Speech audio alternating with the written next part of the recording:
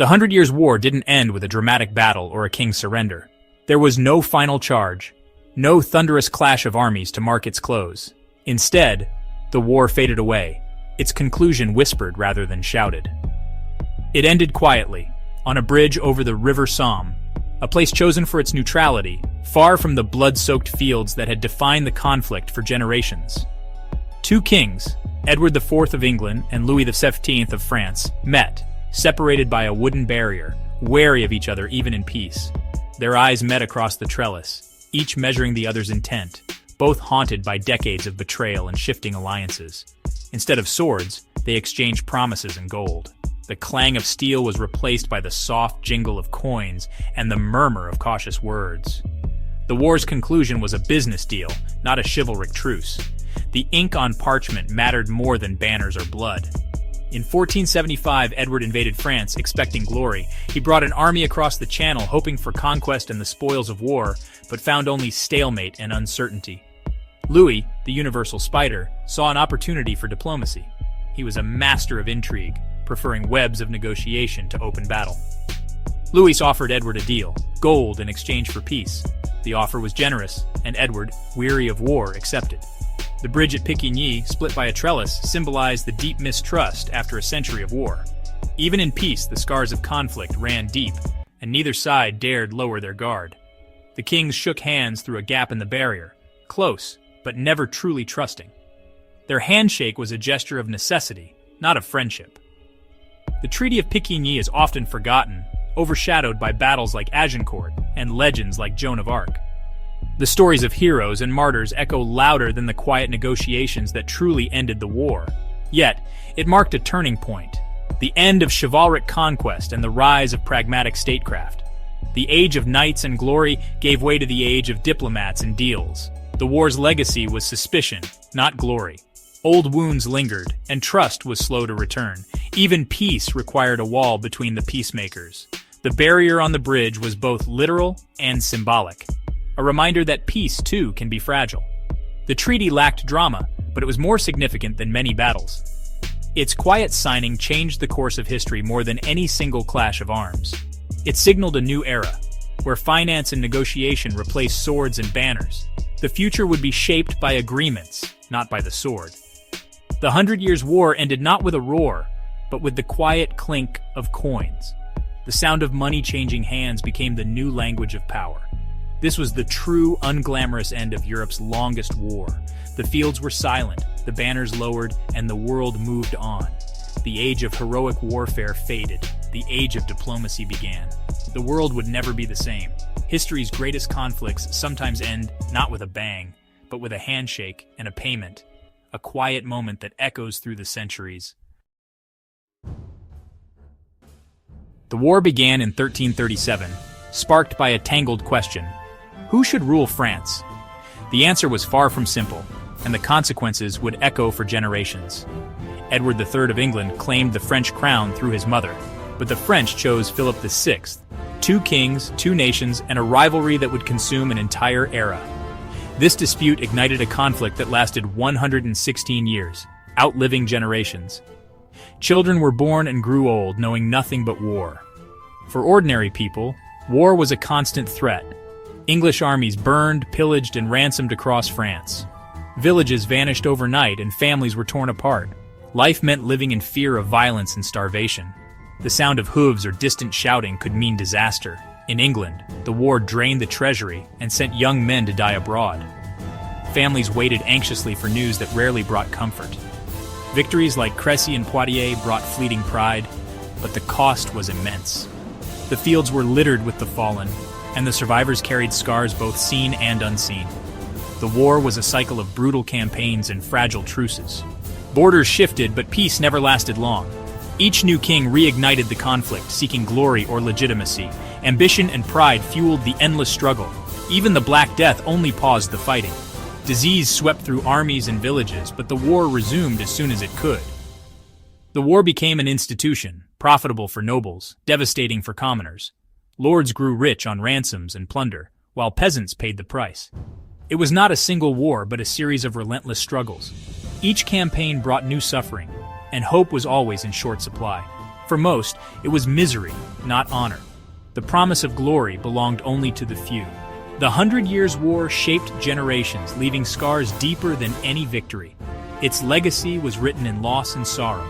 It was a way of life and a source of endless suffering, a century where hope was as fragile as peace itself. The war's longevity was rooted in medieval power structures. Kings depended on ambitious nobles, who saw war as a path to wealth and glory. Peace threatened their profits from ransom and plunder. Armies were raised for each campaign, expensive, temporary, and unreliable. Victories rarely led to lasting control. The French simply reclaimed lost ground when the English left. The goals were absolute.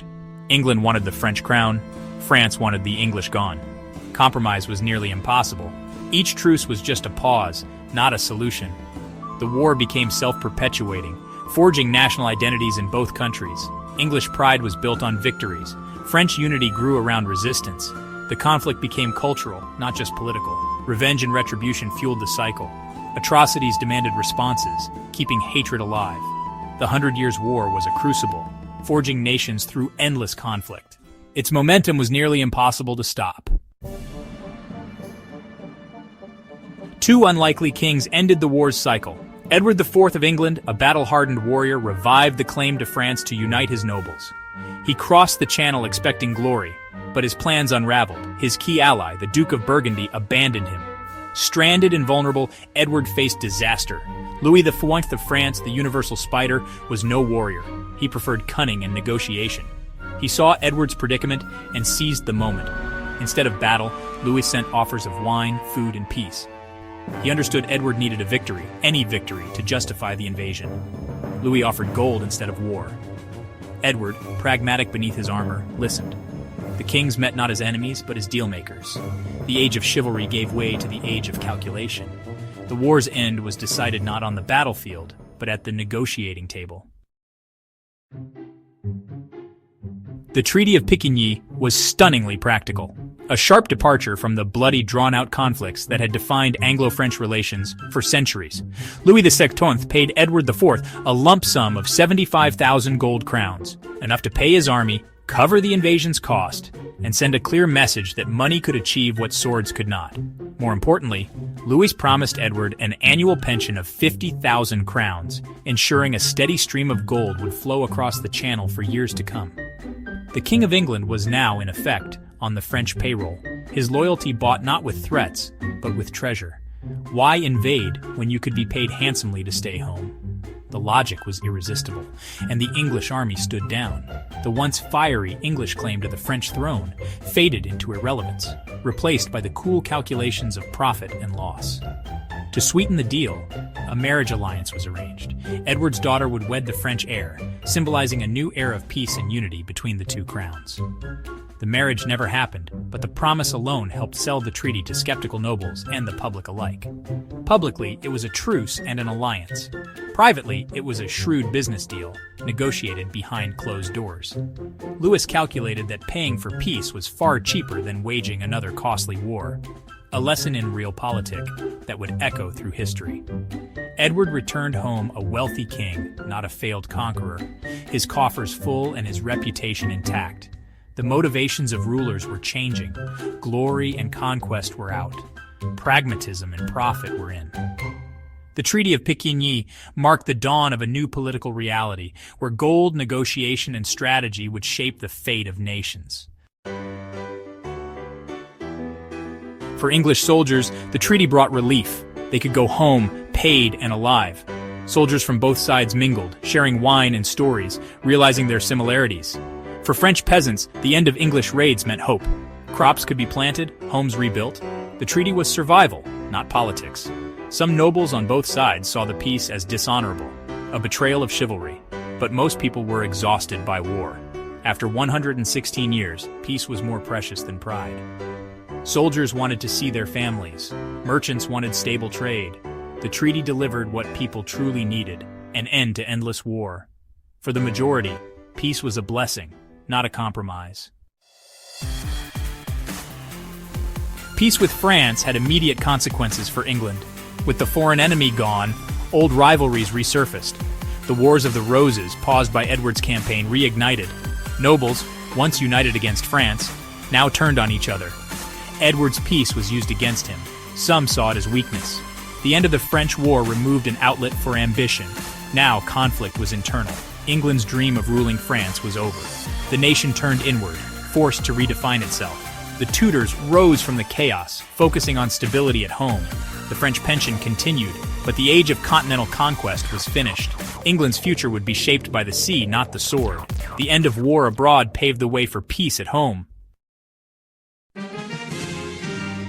For France, peace meant unity and power. Louis XV used the breathing room to defeat his last great rival, the Duke of Burgundy. With Burgundy absorbed, France became a truly centralized kingdom.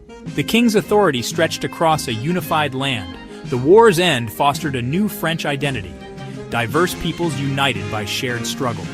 Joan of Arc became a symbol of this spirit. The conflict was no longer just dynastic, it was national. Peace confirmed France's victory and set the stage for dominance in Europe. The monarchy, now secure, could build a professional army. France was ready to project power beyond its borders. The end of the 100 Years' War unleashed modern France. The secret pact at Picquigny ended more than a war. It ended an era. The 100 Years' War was the last great medieval conflict, fought for feudal claims and chivalric honor. Its conclusion, bought with gold, signaled the rise of statecraft over knightly glory. England became an island nation, France a continental powerhouse. The rivalry would continue, but on new terms, across oceans and empires. The modern identities of both nations were forged in this crucible. The Treaty of Picquigny teaches us that peace often comes through compromise, not victory. Two kings chose pragmatism over pride, ending a century of suffering. History is shaped as much by quiet deals as by loud battles. Sometimes the most important changes happen in silence, on a bridge, with a handshake and the clink of coins.